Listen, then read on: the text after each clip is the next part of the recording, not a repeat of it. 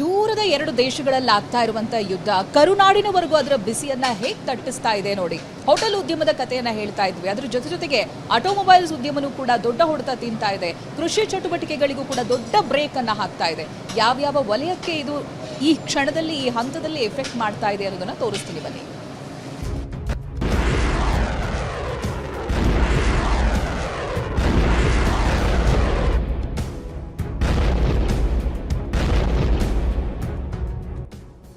ಗಲ್ಫ್ನಲ್ಲಿ ಕ್ಷಿಪಣಿಗಳು ಅಬ್ಬರಿಸುತ್ತಿವೆ.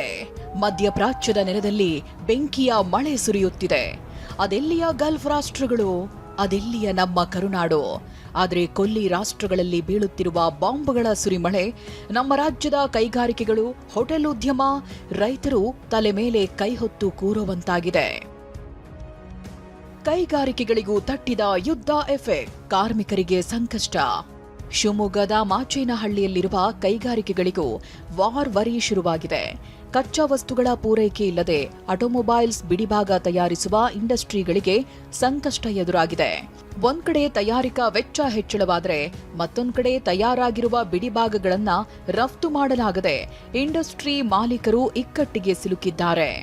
Basic raw material ಎಲ್ಲ 5-6% ಜಾಸ್ತಿ ಆಗಿದೆ. ಅಲಾಯ್ಸ್ ಎಲ್ಲ 15-20% ಜಾಸ್ತಿ ಆಗಿಬಿಟ್ಟಿದೆ. ನಮಗೆ ಆ್ಯಕ್ಚುಲಿ ಬೇಸಿಕಲಿ ನಾವು ಟೂಲಿಂಗ್ ಬಗ್ಗೆ ಜಾಸ್ತಿ ಕಾನ್ಸಂಟ್ರೇಟ್ ಮಾಡಿರೋದ್ರಿಂದ ಅದೆಲ್ಲ 1 to ಡಬಲ್ ಆಗಿ ಹೋಗ್ಬಿಟ್ಟಿದೆ. ಕೆಲವೊಂದು ಇನ್ಸರ್ಟ್ಗಳು YG ಆಗಲಿ ಕ್ಯೋಸೆರಾ ಆಗಲಿ ಅದೆಲ್ಲ ಒಂದೆಲ್ಲ 160-170 ರೂಪಾಯಿ ಇದು ಆಗಲೇ 300-350ಕ್ಕಿಂತ ಕ್ರಾಸ್ ಆಗಿಬಿಟ್ಟಿದೆ. ಇದರಿಂದ ನಮಗೆ ತುಂಬ ಕಷ್ಟ ಆಗ್ತಾ ಇದೆ. ಇನ್ನು ಸಿಲಿಂಡರ್ ಕೊರತೆಯಿಂದಾಗಿ ಕಾರ್ಖಾನೆಯ ಕಾರ್ಮಿಕರ ಊಟ ತಿಂಡಿಗೂ ಸಮಸ್ಯೆಯಾಗಿದೆ. ಸರ್, ನಮ್ಮಲ್ಲಿ ಗ್ಯಾಸ್ ಒಂದು ಪ್ರೊಡಕ್ಷನ್ಗೆ ಯೂಸ್ ಮಾಡ್ತಾ ಇದ್ದೀವಿ. ಮತ್ತು ಇನ್ನೊಂದು ನಮ್ಮಲ್ಲಿ ನಮ್ಮ ಫ್ಯಾಕ್ಟ್ರಿನಲ್ಲಿ 200 ಜನ ವರ್ಕರ್ಸ್ ಇರೋದ್ರಿಂದ ಅವರಿಗೆ ಊಟ ಮತ್ತು ನೈಟ್ ಶಿಫ್ಟ್ ತಿಂಡಿ ಒಟ್ಟು 3 ಟೈಮು ನಾವು ಆಹಾರ ಒದಗಿಸ್ತಾ ಇದ್ದೀವಿ. ಪೂರ್ತಿ ಪ್ರಮಾಣದಲ್ಲಿ ಅಂದರೆ ಮೊದಲು ಕೊಡ್ತಾ ಇರೋ ಅಷ್ಟು ಆಹಾರ ಕೊಡೋಕ್ಕಾಗ್ತಾ ಇಲ್ಲ. ರಸಗೊಬ್ಬರ, ಕಚ್ಚಾ ವಸ್ತು ಆಮದು ಸಮಸ್ಯೆ, ಮುಂಗಾರು ಬಿತ್ತನೆಗೆ ಅಡ್ಡಿ. ಇತ್ತ ಹುಬ್ಬಳ್ಳಿಯಲ್ಲಿ ಮುಂಗಾರು ಬಿತ್ತನೆಗೂ ಯುದ್ಧ ಕಂಟಕವಾಗಿದೆ.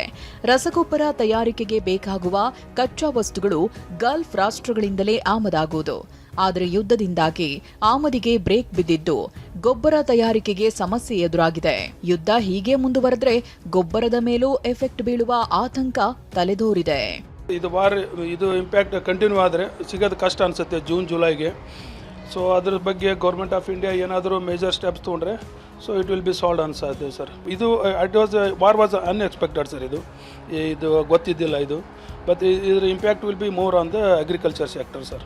ಬೀದರ್ ಜಿಲ್ಲೆಯ ಚಿಯಾ ಬೆಳೆಗಾರರಿಗೂ ಯುದ್ಧ ಕಂಟಕವಾಗಿದೆ. ಗಲ್ಫ್ ರಾಷ್ಟ್ರಗಳಿಗೆ ಹೆಚ್ಚಿನ ಸಂಖ್ಯೆಯಲ್ಲಿ ರಫ್ತಾಗ್ತಿದ್ದ ಚಿಯಾ ಬೀಜದ ಮೇಲೆ ದಿಢೀರ್ ಕುಸಿತ ಕಂಡಿದೆ. ಪ್ರತಿ ಕ್ವಿಂಟಲ್ 22,000ಕ್ಕೆ ಮಾರಾಟವಾಗ್ತಿದ್ದ ಚಿಯಾ ಸೀಡ್ಸ್ ಈಗ ಕೇವಲ 12,000ಕ್ಕೆ ಮಾರಾಟವಾಗ್ತಿದೆ. ಪ್ರತಿ ಕ್ವಿಂಟಲ್ಗೆ 22,000ರಿಂದ 25,000 ರೂಪಾಯಿ ಮಾರಾಟ ಆಗಿದೆ. ಆದರೆ ಈಗ ಚಿಯಾ ಬೆಳೆ ನಮ್ದು ಬಂದಿದ್ದರಿಂದ 12,000ರಿಂದ 14,000 ರೂಪಾಯಿ ಕ್ವಿಂಟಲ್ ಕೇಳ್ತಾ ಇದ್ದಾರೆ. ಒಟ್ನಲ್ಲಿ 1 ತಿಂಗಳಿನಿಂದ ನಡೆಯುತ್ತಿರುವ ಯುದ್ಧದಿಂದ ಗಂಡಾಂತರಗಳ ಸರಮಾಲೆಗೆ ಸೃಷ್ಟಿಯಾಗಿದೆ. Bureau report, TV9.